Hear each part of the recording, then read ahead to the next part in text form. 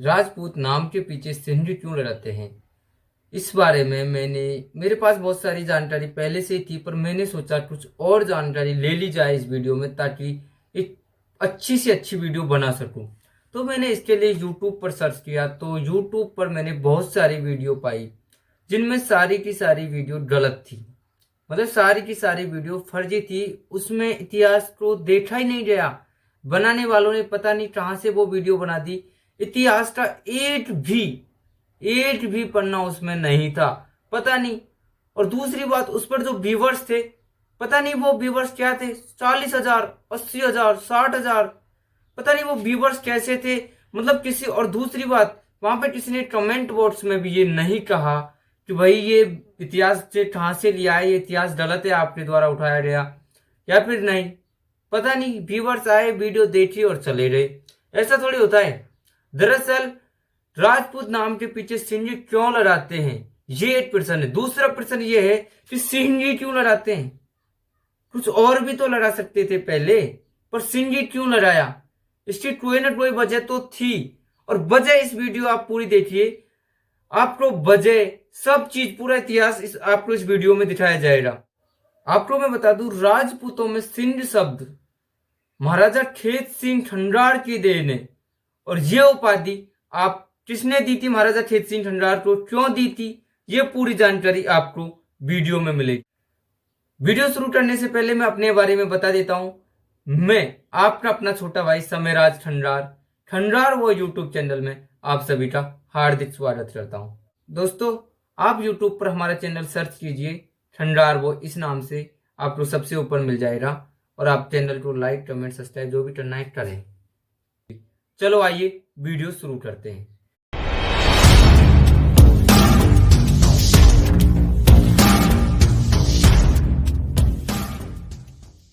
गौरवशाली क्षत्रिय राजपूत इतिहास में बहुत सी परंपराएं हैं, जिनमें से एक परंपरा है राजपूत नाम के पीछे सिंह लड़ाता है। आइए जानते हैं सिंह लड़ाने का रहस्य क्या रहा है। जो महान देशभक्तों की श्रेणी में अग्रणी आगे रहे हैं, जिन्होंने क्षत्रिय समाज को अपने जीवन काल में अनेक उपलब्धियां प्रदान की है, उनमें से एक प्राप्ति सिंह शब्द की है। क्षत्रिय समाज में अपने पुत्रों को कुंभा, जोधा, धनुर, धारा, खेता, सांडा आदि नामकरण किया जाता था। जननी जन्मभूमि के लिए जो निस्वार्थ भाव से समर्पित होते रहे हैं, वास्तव में वे ही महापुरुष कहलाते हैं। और इतिहास ऐसे वीर पुरुषों की वृद्धि वरवान करते करते नहीं अढ़ाते हैं, वह समाज में अपने पीछे एक छाप छोड़ जाते हैं जो अनुकरणीय होती है, आदर्श कहलाती है। भारत में सौराष्ट्र प्रांत के एक ऐसे ही राजकुमार या राजपुरुष की कहानी है, जिसके पौरस की गाथाएं कभी इस देश की धरती पर गूंजती रहती थी।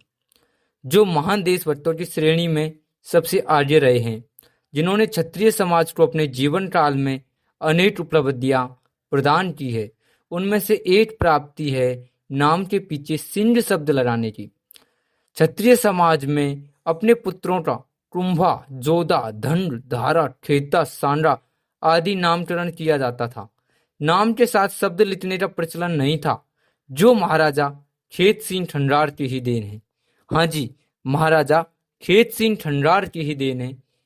दिल्लीश्वर महाराज पृथ्वीराज चौहान अपनी युवावस्था में गिरनार के वनों में शिकार खेलने जाया करते थे। एक बार उन्होंने जंगल में देखा एक नौजवान राजकुमार बनराज, बनराज का मतलब होता है साथियों शेर, शेर को ललकार कर कुश्ती लड़ रहा था। कभी बनराज ऊपर होता था तो कभी शेर। चौहान, पृथ्वीराज चौहान वह दृश्य देख आनंदित हो रहा था, और देखते देखते ही राजकुमार ने बलशाली शेर को पछाड़ लड़ा दी और लात घूंसों से उसको मार डाला। जब शेर और खेता के बीच युद्ध समाप्त हो गया, तब चौहान उस वीर पुरुष के पास पहुंचे, बोले, बड़े बहादुर हो, क्या मैं आपका परिचय जान सकता हूं? यह वह युवक मतलब खेता प्रति उत्तर में बोला, पहले आप अपना परिचय दे। तो पृथ्वीराज चौहान ने अपना परिचय दिया, मैं साठमवरी चौहान महाराज सोमेश्वर का पुत्र हूँ। मेरा नाम पृथ्वीराज चौहान है। दिल्ली का प्रशासक हूँ। युवक इतने जवाब में ही नतमस्तक हो गया। बोला, महाराज क्षमा करें, अज्ञानतावश मैंने मूढ़ता की है। मेरा परिचय लेकर महाराज क्या करेंगे? हम तो अब वनवासी जन है।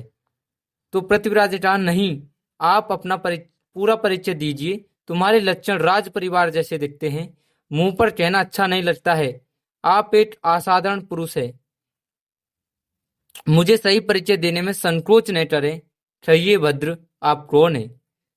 तो चेता ने कहा, महाराज मेरे पितामह राजा उदल जी खंडार जूनागढ़ धीश्वर थे। उन्हें यादव वंशी राजाओं ने धोखे से मार डाला और सत्ता छीन ली। हमारा परिवार छिन्न भिन्न हो गया है। अधिकांश लोग जियाहुती प्रदेश चले रहे हैं। मेरे पिता श्री रूढ़देव जी खंडार परिवार सहित पास में ही निवास करते हैं। मेरा नाम चेता खंडार है। यहाँ आठेट में आया था।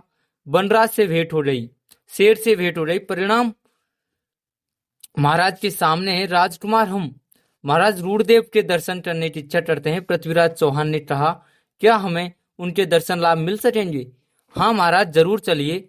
अब तो हम साधारण आदमी रह गए हैं। पृथ्वीराज चौहान से कहा था महाराजा चेता ने, हमसे आपकी जो टूटी फूटी सेवा हो सकेगी समर्पित करेंगे। दिल्ली पति पृथ्वीराज चौहान परिहार नरेश रूढ़देव खंडार से बड़ी आत्मीयता से मिलकर बहुत प्रसन्न हो गए थे। बातचीत के क्रम में चौहान बोले, महाराज चेता राजकुमार बड़े अजय योद्धा है। मैंने इनकी सूरवीरता देखी है, बड़ा प्रभावित हूँ। महाराज, आजकल देश की दशा ठीक नहीं है। क्षत्रिय वंश आपस में ही लड़ लड़ कर घात कर रहे हैं, जिससे देश की शक्ति का विनाश हो रहा है। आए दिन यवन आक्रमणकारियों के हमले देश पर हो रहे हैं। रक्षा का चौकस प्रबंध केंद्र में नहीं है, जो बहुत जरूरी है। भारत भूमि की रक्षा के लिए आपसे ज्येष्ठ पुत्र चेता राजकुमार को मांगता हूँ। उन्हें दिल्ली जाने की आज्ञा दे दें। देश की रक्षा देशभक्त नौजवानों से ही संभव है। आशा है राजन मुझे निराश न करेंगे। तो वनवासी रूढ़देव खंडार ने कहा। कुछ देर बाद बोले, भारत भूमि के गौरव महाराज पृथ्वीराज चौहान चेता राजकुमार के बल पर ही हम इस बियाबान जंगल में रहते हैं। खींची कुमार अभी नादान है।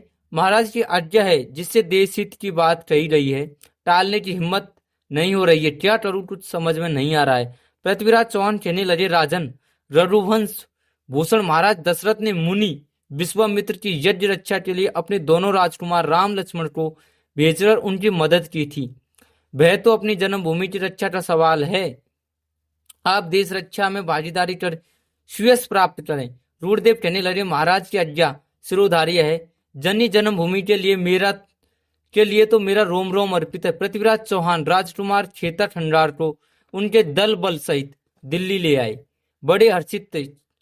पृथ्वीराज चौहान कहने लगे, मैं बनराज की खोज में निकला और पा गया नरराज। उस समय अजमेर में उपद्रव हो गया था। राजस्व वसूली बंद पड़ी थी। अशांति का वातावरण बन गया था। आते ही समय महाराज ने राजकुमार को बंदोबस्त के लिए अजमेर भेज दिया। उन्होंने अपने बुद्धि कौशल से पूर्ण शांति व्यवस्था की और राजस्व वसूली का सिलसिला जमाया। पृथ्वीराज चौहान ने अपनी सैन्य व्यवस्था में 16 सामंतों की रचना की। उनमें राजकुमार चेता खंडार को प्रधान सामंत नियुक्त किया गया। सहयोगिता हरण में राजकुमार को भरपूर सहयोग लिया गया।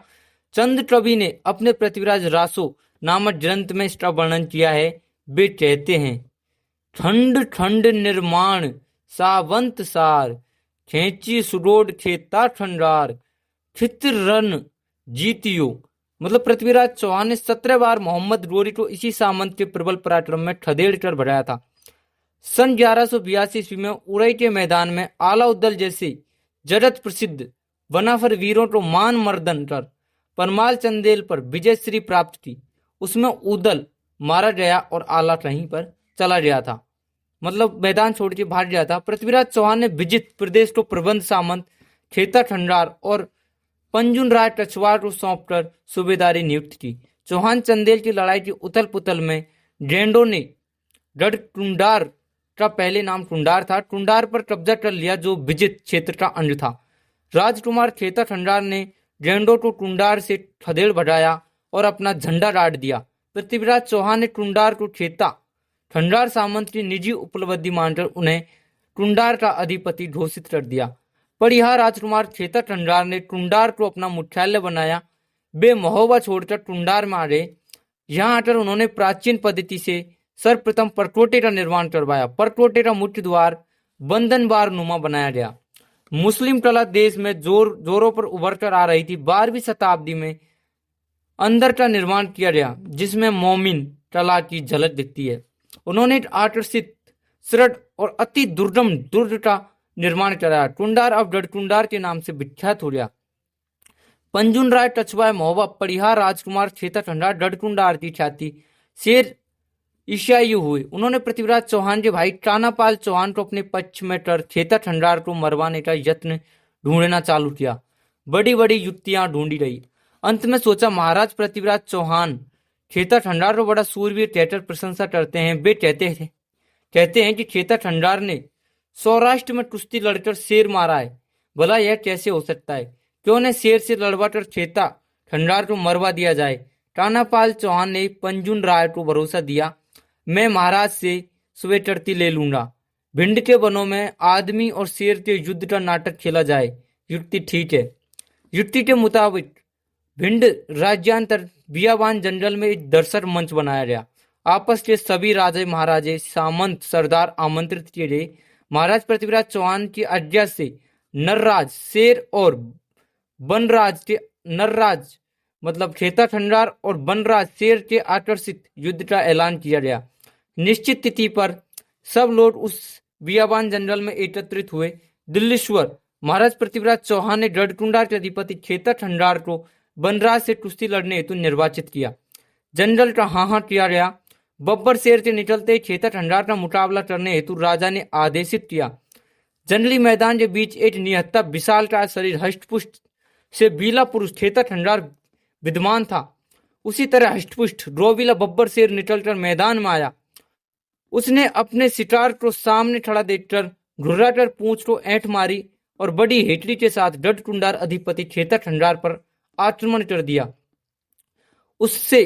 उसने हमलावर बब्बर शेर के दोनों पैरों को अपने दोनों हाथों से पकड़ लिया। बनराज और नरराज दोनों आपस में गुत्ता होने लगे। शारों ने समझ लिया कि उनका कांटा बिन प्रयास निकल जाएगा। पृथ्वीराज चौहान भूतों की चाल से अनभिज्ञ थे। उनको पता नहीं था कि ये इनकी चाल है। सन्नाटा छाया हुआ था। खेता खंडार पर बब्बर शेर हावी था।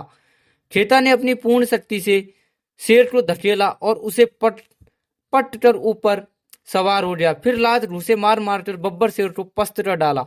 आवेश ने उसने बब्बर शेर के बाएं पैर पर अपना दायां पैर रखा और उसके दायां पैर अपने हाथ में लेकर उसे चीर डाला।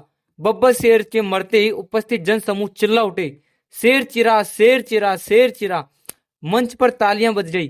महाराज पृथ्वीराज चौहान खुशी से झूम उठे।